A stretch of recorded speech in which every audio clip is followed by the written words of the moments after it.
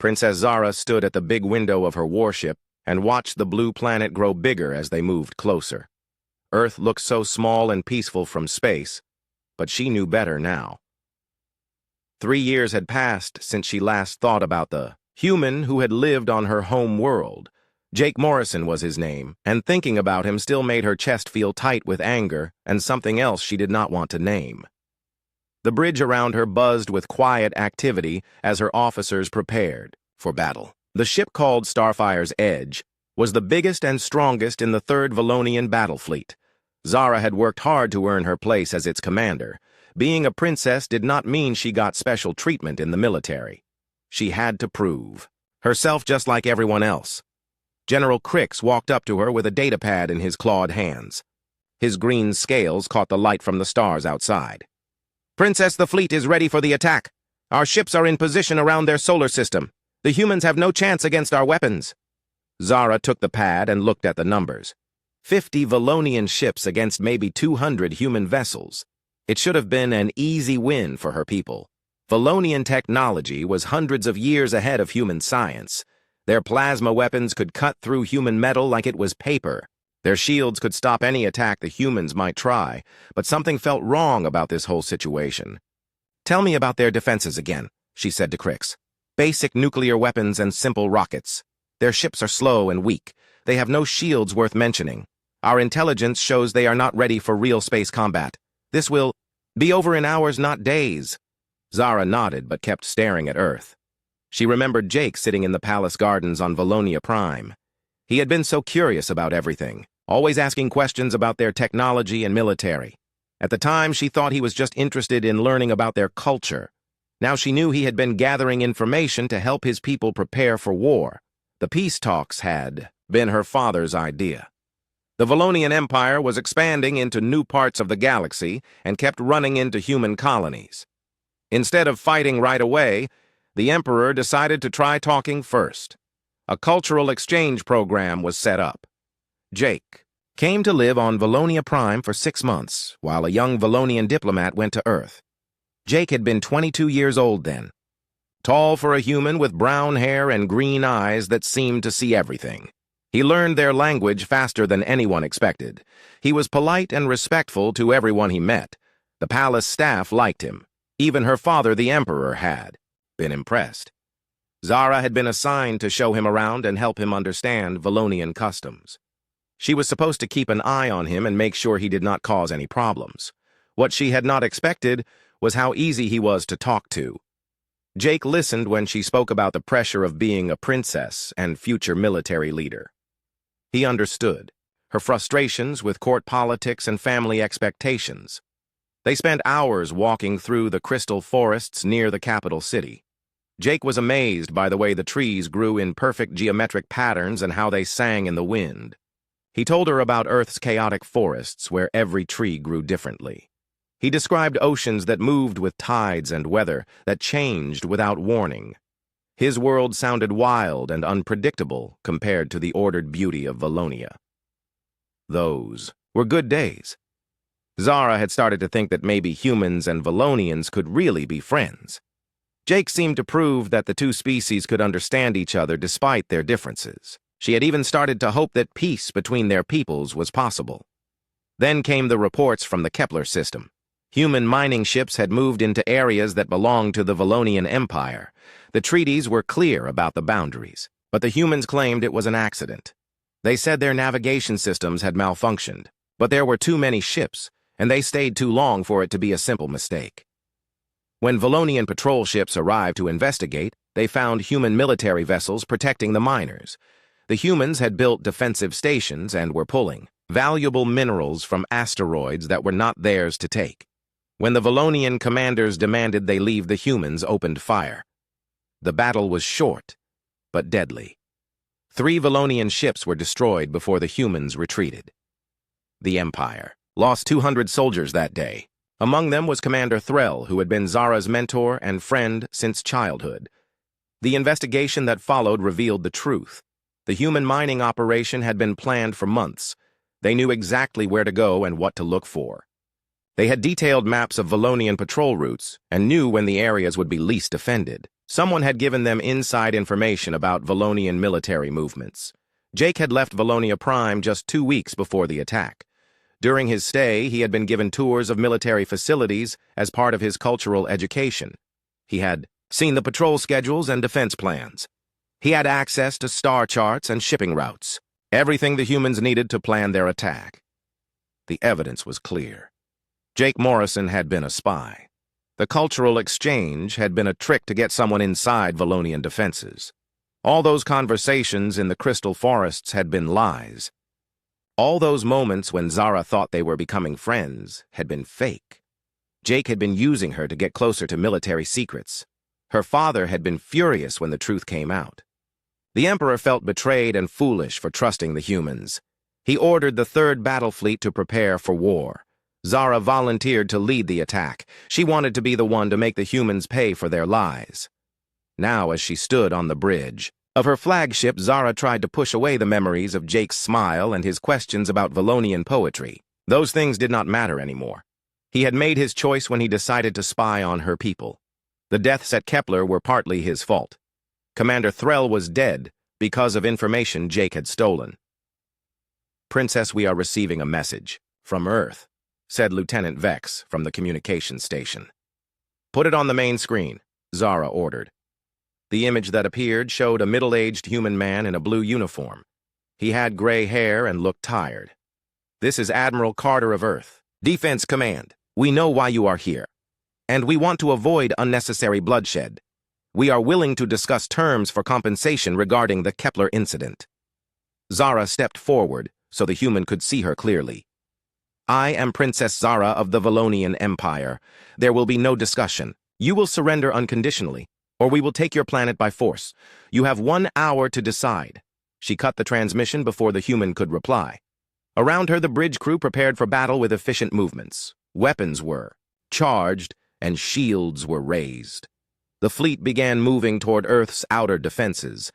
Zara looked out at the stars one more time and tried not to think about green eyes and questions about Crystal Forest songs. That Jake Morrison was gone if he had ever really existed at all. Now there was only war. The hour passed quickly and no surrender came from Earth. Zara had not expected the humans to give up without a fight, but she thought they would at least try to negotiate more. Instead, there was only silence from the blue planet as her fleet moved deeper into their solar system. Fleet positions confirmed. Princess reported Commander Nexus from his station. "All ships are ready for the attack. We have detected approximately 100 human vessels near Mars orbit. They appear to be forming some kind of defensive line." Zara studied the tactical display. The human ships were arranged in a pattern. That looked almost familiar, but she could not place where she had seen it before. Their formation was more organized than intelligence reports had suggested. Most species panicked when faced with Valonian military might. These humans seemed to be thinking clearly. "What types of ships are we seeing?" she asked. "Mixed classes, Princess. Some appear to be converted civilian vessels, but others look like purpose-built warships. They have weapons, but nothing that should threaten our armor." General Crix moved to stand beside her. "Princess, perhaps we should send a message demanding they move aside. These could be civilians who do not understand the situation." "No," Zara said firmly. "They had their chance to surrender. Any ship that stands in our way is an enemy. Begin the attack." The Valonian fleet moved forward with practiced precision. Their ships were works of art as much as war machines. Smooth. Curves and flowing lines made them look more like swimming creatures than military vessels. But their beauty hid deadly purpose. Each ship carried enough firepower to destroy a small moon. The first plasma bolts lit up the darkness between the fleets. Bright green energy beams reached across millions of kilometers to strike at the human defensive line. Zara expected to see ships exploding and formations breaking apart in panic. Instead, something unexpected happened. The human ships moved. Not in the random, scattered way of a broken formation, but in coordinated groups. They shifted position just enough to avoid the worst of the plasma strikes while maintaining their defensive line. Some ships took damage, but they did not break and run. "Impossible," muttered Commander Nexus. "How did they know to move like that?" Before Zara could answer, the humans returned fire. Streams of kinetic projectiles and nuclear missiles flew toward the Valonian fleet. The weapons were primitive compared to plasma cannons, but there were so many of them. The humans were firing everything they had without holding anything back. Most of the human weapons bounced harmlessly off Valonian shields, but some found weak points. A lucky missile strike disabled the engines on the cruiser Knight's Edge. Another ship took damage when a kinetic round punched through a gap in its armor plating. "They know where to aim," said General Crix with surprise in his voice. "These humans have studied our ships." The battle continued for 20 minutes, and with each passing moment, Zara felt more confused. The humans were losing ships, but they were making the Valonians pay for every victory. Human vessels would suddenly appear from behind asteroids to launch surprise attacks. They used their smaller size to hide in places Valonian sensors could not reach. Even stranger was the way they fought. Human ships would sacrifice themselves to protect larger vessels in tactics that reminded Zara of old Valonian military doctrine. When a human cruiser was surrounded by 3 Valonian destroyers, 2 smaller ships rammed the attackers to give their ally time to escape. "Princess, we are receiving another transmission from Earth," reported Lieutenant Vex. "Not from Admiral Carter. This time," she added, "the signal is coming from one of their ships in the battle area." Zara felt something cold move through her stomach. "Put it on screen." The face that appeared made her breath stop completely. Jake Morrison looked back at her from the display. He was older now, with lines around his green eyes and gray showing in his brown hair. He wore the uniform of Earth's military with the rank insignia of an admiral. Behind him, she could see the bridge of a human warship with battle damage visible on the walls. "Hello, Zara," he said with a sad smile. "You look well." The bridge fell silent around her. Every Valonian officer stared between the screen and their "Princess." General Crix's mouth hung open in shock. The tactical display showed the battle still raging, but somehow it seemed less important now. "Jake," she whispered before catching herself. "Admiral Morrison," she said louder, "so you finally show yourself." "I never hid," he replied. "After I returned to Earth, I told my government everything about the situation. We knew this day would come eventually." "The situation?" Zara felt anger rising in her chest. "Is that what you call your betrayal? You spied on my people. You stole our secrets and used them to attack us at Kepler. Good soldiers died because of you." Jake's expression grew more serious. "I know about the losses at Kepler, and I am sorry for them. But things are not what they seem, Zara. The attack was not what your government believes it was. Do not lie to me again," she snapped. "We have proof. Human ships attacked our patrols using information only you could have provided. You betrayed our friendship and the trust my father showed you." "Your father was betrayed," Jake agreed, "but not by me. There are forces working against both our peoples, Zara. The Kepler incident was planned by enemies of peace who wanted exactly what is happening now." Around them, the space battle continued. Human ships darted between the larger Valonian vessels like small fish avoiding sharks. They could not win, but they were not giving up either. Every few minutes, another ship would explode in a brief star of light and debris. Princess Commander Nexus interrupted. "We are detecting more human ships approaching from the outer planets. They appear to be moving in formation patterns similar to our own 7th Fleet tactics." Zara looked at the tactical display and felt her blood turn to ice. The approaching human ships were using a pincer movement that she recognized from her own military training. It was a classic Valonian strategy, but these humans were executing it perfectly. Too perfectly for people who should not know such things. "How do they know our battle tactics?" demanded General Crix. Jake's voice drew their attention back to the screen. "Because I taught them. I spent 3 years preparing Earth's defenses not to defeat you, but to survive long enough to show you the truth." "What truth?" Zara asked, though part of her was afraid to hear the answer. "Meet me in neutral space between our fleets," Jake said. "Come alone, except for whatever guards you need to feel safe. I will bring proof of what really happened at Kepler. After you see the evidence, you can decide whether to continue this war or help me stop the real enemy." "This is obviously a trap," Princess warned General Crix. "He wants to capture you as a hostage." Zara studied Jake's face on the screen. She had known him well enough once to read his expressions. He looked tired and sad, but not deceptive. Still, she had been wrong about him before. "Why should I trust you?" she asked. "Because you know me," Jake replied simply. Whatever else happened, between us, you know I am not a killer. I never wanted war between our peoples. Everything I did was to prevent exactly what is happening now. The bridge remained quiet except for the soft sounds of equipment and distant weapon fire. Zara felt the eyes of her officers on her as she made her decision. Meeting with Jake could be a trap. It could also be the only chance to learn the truth about what had really happened at Kepler. Very well, she said finally. 1 hour. Small. Shuttle only. Any tricks, and this conversation ends with your death. Jake nodded. Understood. And Zara, thank you for listening. The transmission ended, leaving the bridge in tense silence. General Crix immediately began protesting the decision to meet with the enemy, but Zara was no longer listening to him. She was thinking about the way Jake had said her name and the sadness in his eyes when he looked at her. Either he was the best liar in the galaxy, or something terrible had happened that she did not understand yet. In 1 hour, she would find out which was true.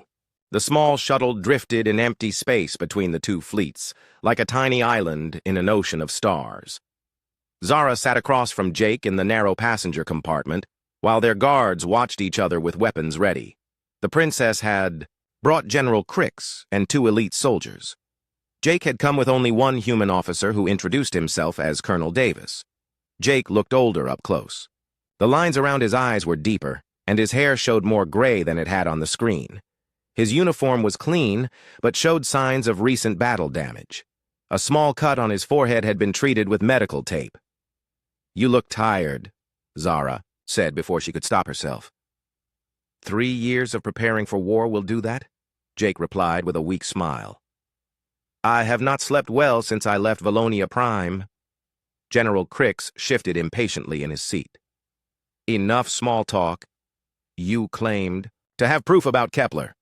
Show us these lies you have prepared. Jake reached slowly into his jacket and pulled out several data crystals. Crix tensed, but Jake made no threatening moves. He placed the crystals on the small table between them.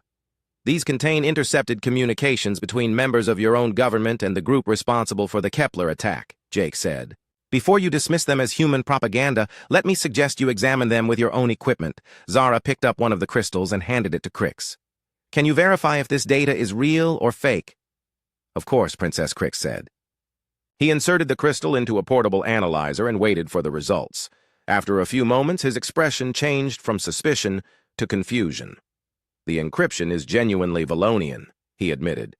The transmission patterns match our military networks. If this is fake, it is incredibly sophisticated. Play the first recording, Jake said quietly. The analyzer projected a hologram into the air between them. 2 Valonian figures appeared, speaking in low voices. Zara recognized one of them immediately. It was Commander Vorth from the Imperial Intelligence Service. The other was someone she had never seen before. The humans have agreed to the mining operation, Vorth was saying. They believe it is a legitimate business venture. They do not know the Silver Claw is behind the funding. Good, replied the unknown Valonian. When our ships arrive to investigate, they will find humans mining in our territory. The evidence will be perfect for starting the war we need. Zara felt cold spreading through her body.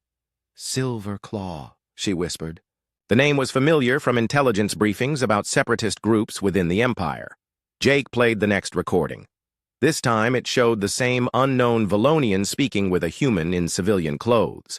The human was saying, "The mining. Ships are in position. My people think this is a routine extraction job. They have no idea they are being set up." Excellent, the Valonian replied. Make sure they resist when our patrol arrives. We need this to look like an unprovoked attack by Earth forces. General Crix leaned forward to study the hologram more closely. I do not recognize that Valonian. He is not in any military records I know of. Jake activated another crystal. This one should be more familiar. The hologram changed to show a meeting between several Valonians in what looked like a private residence. Zara gasped when she saw General Crix sitting at the table with the others. The recorded Crix was speaking. The princess trusts the human completely. Morrison has access to all the information we need about Earth's defenses. When the war begins, we will know exactly how to strike for maximum damage. Zara turned to stare at the real Crix sitting beside her. His scales had gone pale, and his eyes darted between her face and the hologram. "That is not me," he said quickly. "This is some kind of trick. Human technology creating false images." But Jake was already playing more recordings. They showed Crix meeting with known Silverclaw operatives. They showed him receiving payments for providing military intelligence. They showed him planning the Kepler incident down to the smallest detail. "The Silverclaw has been working to destabilize the galaxy for years," Jake explained while the evidence played. "They infiltrate governments and create conflicts between species. When the wars are over, they move in to take control of the weakened survivors." "This is impossible," Crix protested. "I am loyal to the Empire. I have served faithfully for 20 years. "You have served the Silverclaw for 20 years, Jake corrected. "They placed you in the military as a young officer and slowly moved you into positions of trust. You were never loyal to the Empire." Zara felt sick as more evidence appeared. There were recordings of Crix passing information to Separatist agents. There were financial records showing payments from Silverclaw accounts. There were even messages between Crix and other infiltrators discussing how to manipulate the princess into leading the attack on Earth. "The Kepler incident was designed to make you angry," Jake continued. "They knew you cared about Commander Threll. They made sure he would be killed in the attack to give you a personal reason for war." "Threll," Zara whispered. The death of her mentor had hurt more than losing the other soldiers. It had made her want revenge against the humans who killed him. "He was murdered by his own people," Jake said gently. "The Silverclaw needed his death to convince you that humans were the real enemy." General Crix suddenly stood up and reached for his weapon. "Enough of these lies. I will not listen to human propaganda designed to turn us against each other." But Jake's guard, Colonel Davis, was faster. His pistol was aimed at Crix before the Valonian could draw his plasma rifle. The two elite soldiers Zara had brought looked confused and uncertain. "Princess," one of them said, "what are your orders?" Zara stared at Crix as the truth settled into her mind like poison. Everything made sense now. His eagerness for war. His insistence that humans could not be trusted. His presence at every important briefing where attack plans were discussed. "How long?" she asked quietly. "How long have you been working against us?" Crix's expression changed from panic to cold hatred. "Since before you were born, little princess. The Silverclaw has been preparing for this day for decades. Your corrupt empire will fall, and a new order will rise from its ashes." He lunged toward Jake with a hidden knife in his hand. Zara moved without thinking and caught his arm before the blade could strike. They struggled for a moment before Colonel Davis fired his weapon. The stun blast dropped Crix to the floor unconscious. "Are you hurt?" Jake asked with concern in his voice. Zara shook her head, but her hands were trembling. "My father, the Emperor, needs to know about this immediately." "There is more," Jake said sadly. "The Silverclaw has people throughout your government. If you send a standard transmission, they will intercept it and warn their other agents." He activated one final crystal. This recording showed a meeting of Silverclaw leaders, including several Valonians that Zara recognized from the Imperial Council. They were discussing how to eliminate her father once the war with Earth was over. "They plan to kill the Emperor," Jake explained. "They will claim he was assassinated by human agents during the battle. With you dead in the fighting, there will be no clear heir to the throne. The Silverclaw will step in to restore order." Zara felt her world crashing down around her. Everything she had believed about the war was wrong. The humans were not the enemy. Her own people were planning to destroy the Empire from within. Jake had not betrayed her trust. He had risked everything to save both their species. "Why?" she asked. "Why did you not tell me this 3 years ago?" "I tried," Jake replied. "But I had no proof then, only suspicions and fragments of intercepted messages. I knew that if I accused your military leaders of treason without evidence, you would think I was lying to save humanity. So I came back to Earth and spent 3 years gathering the proof you needed to see. 3 years of preparing for this war." 3 years of hoping it would never come, Jake corrected. "I taught our forces your tactics because I knew you would be leading the attack. I hoped that if we could survive long enough, I could show you the truth and convince you to help us stop the real enemy." Outside the shuttle, the space battle continued. Both fleets were taking losses while the true enemy watched and waited for them to destroy each other. Zara realized that every ship that exploded brought the Silver Claw closer to their goal of galactic domination. She looked at Jake and saw the same determination in his green eyes that she remembered from their walks in the crystal forests. He had been trying to save both their peoples even when she hated him for it. "What do we do now?" she asked. "Now we stop running from each other and start fighting the real war," Jake replied. "But first we need to get back to our fleets before Crix's allies realize what has happened here."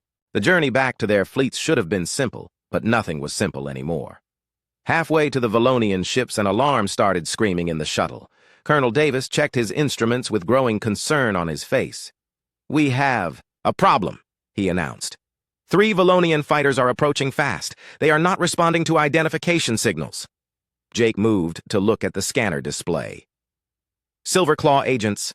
They must know that Crix has been exposed." Zara felt her stomach drop. "They are going to kill us to keep their secret safe." The shuttle shook as plasma bolts struck the hull. Warning lights flashed red throughout the small cabin. Colonel Davis tried to take evasive action, but the shuttle was not designed for combat. It was slow and had no weapons of its own. "We need to reach my flagship," Zara said urgently. "My loyal crew will protect us." "Which ships can you trust?" Jake asked, as more plasma fire hit them. Zara thought quickly about her officers. Some had served under Crix for years. Others she had known since her academy days. The Starfire's Edge and the cruiser's Night's Wind, and Storm's Heart. Commander Nexus and Captain Drawl are completely loyal. Jake spoke rapidly into his communicator. "Colonel Davis to Admiral Morrison's fleet. We need immediate assistance. 3 enemy fighters attacking the diplomatic shuttle." The response came from his flagship. "This is Captain Brooks. We see the attack. Moving to intercept." 2 human fighters streaked past the shuttle and engaged the Valonian attackers. The space around them lit up with weapons fire as the small ships twisted and turned in deadly combat. One of the Silver Claw fighters exploded, but the other 2 kept firing at the shuttle. The shuttle's engines failed completely. They were drifting helpless while enemy fighters circled like predators around wounded prey. Jake tried to contact his ships again, but the communication system had been damaged in the attack. "We are going to die here," Colonel Davis said grimly. "No, we are not," Zara replied. She activated her personal communicator and sent a coded message on the Valonian military frequency. "Commander Nexus, this is Princess Zara. Emergency code 7. Intercept shuttle at coordinates 479 Mark 12. Hostile forces present. Princess, we read you," came Nexus's voice through the static. "The destroyer Swift's Blade is moving to assist." A Valonian warship appeared and immediately opened fire on the attacking fighters. The Silver Claw agents found themselves caught between the destroyer and the human fighters. Within minutes, both enemy ships were destroyed, but the damage was done. Everyone would know that Valonian ships had fired on each other. The Swift's Blade extended a docking tube to the damaged shuttle. As soon as they were safely aboard, Zara contacted Commander Nexus on the ship's bridge. "Commander, I need you to listen carefully," she began. "General Crix has been working for enemy agents within our government. The war with Earth was planned by traitors who want to destroy the Empire." Nexus looked shocked but not disbelieving. "Princess, that would explain many strange orders we have received recently. What are your instructions?" "Send coded messages to Captain Drawl and the other commanders you trust completely. Tell them to prepare for possible combat with ships from our own fleet. Do not let anyone else know what is happening until we can determine who is loyal." Jake stepped forward. "Commander, we need to work together if we are going to stop the real enemy. My ships are ready to cooperate with yours." Nexus studied the human admiral with curiosity rather than hostility. "You are the one the princess knew on Valonia Prime. The reports said you were a spy." "I was gathering intelligence," Jake admitted, "but not to hurt your people. I was trying to uncover the conspiracy that has now been revealed." While they talked, the space battle continued around Earth. Ships from both sides were dying while the true enemy remained hidden. Zara realized they needed to act fast before the Silver Claw agents realized their plan had been discovered. "How many ships in our fleet can we trust?" she asked Nexus. "Perhaps half, Princess. The others have officers who were appointed by General Crix over the past 2 years. They may be loyal to him rather than to you. And my fleet has about 60 ships that can work with yours," Jake added.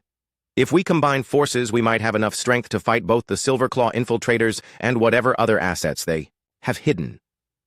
Zara made her decision. Send the coded messages to our trusted captains. Tell them to form up around the Starfire's edge. We are going to broadcast the evidence about Crix to both fleets simultaneously. Princess, that will cause chaos, Nexus warned. Some ships will refuse to believe the evidence. Others may panic when they realize they have been betrayed. Chaos is better than letting the Silverclaw complete their plan, Zara replied. 20 minutes later, both fleets received the transmissions containing Jake's evidence about the conspiracy. The reaction was immediate and violent. Half the Valonian ships moved to support Princess Zara, while the other half formed a separate battle group around the heavy cruiser Dark Thunder. Human ships found themselves caught in the middle as Valonian. Vessels began firing at each other. Captain Torres of the Dark Thunder appeared on communication screens throughout both fleets. Zara recognized him as one of Crix's most trusted officers. Fellow Valonians, do not be deceived by enemy propaganda, Torres announced. The princess has been compromised by human manipulation. These so-called recordings are clever fakes designed to turn us against each other. I am assuming command of this fleet in the name of the Empire. Several more Valonian ships moved to join Torres, while others remained with Zara. The human Admiral Jake tried to keep his ships out of the Valonian Civil War, but some of his captains were firing in self-defense when Silverclaw vessels targeted them. This is exactly what they wanted, Zara said bitterly. Confusion and fighting while they positioned themselves to take control. Jake studied the tactical display showing the three-way battle developing around Earth. We need to prove that the recordings are real. Is there some way to verify the encryption that even the Silverclaw agents will have to accept? Commander Nexus had an idea. Princess, there is an authentication protocol built into all military communications. It uses quantum signatures that cannot be faked. If we can run the recordings through the Imperial database, the results will be undeniable. Do it, Zara ordered. But before they could begin the verification process, alarms started screaming throughout the ship. The tactical officer reported contacts appearing at the edge of the solar system. Dozens of unknown vessels were dropping out of hyperspace and moving toward the battle. Silverclaw reinforcements, Jake said grimly. They were waiting for us, to weaken each other. The new ships were unlike anything in Valonian or human fleets. They appeared to be built from stolen technology from multiple species. Some looked like modified Valonian designs, while others resembled the warships of the distant Korthak Empire. Where did they get all those vessels? Nexus wondered. 20 years of secret preparation, Zara replied. They have been building their own fleet while infiltrating ours. The Silverclaw ships opened fire on both human and Valonian vessels without discrimination. Their goal was clearly to destroy everyone and claim the system for themselves. Captain Torres tried to contact the unknown ships but received no response. All ships, this is Princess Zara, she broadcast on all frequencies.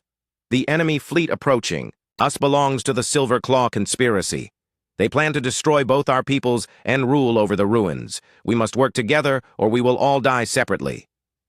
Some of Torres's ships began to hesitate as they saw the approaching threat. A few even started to move back toward Zara's formation.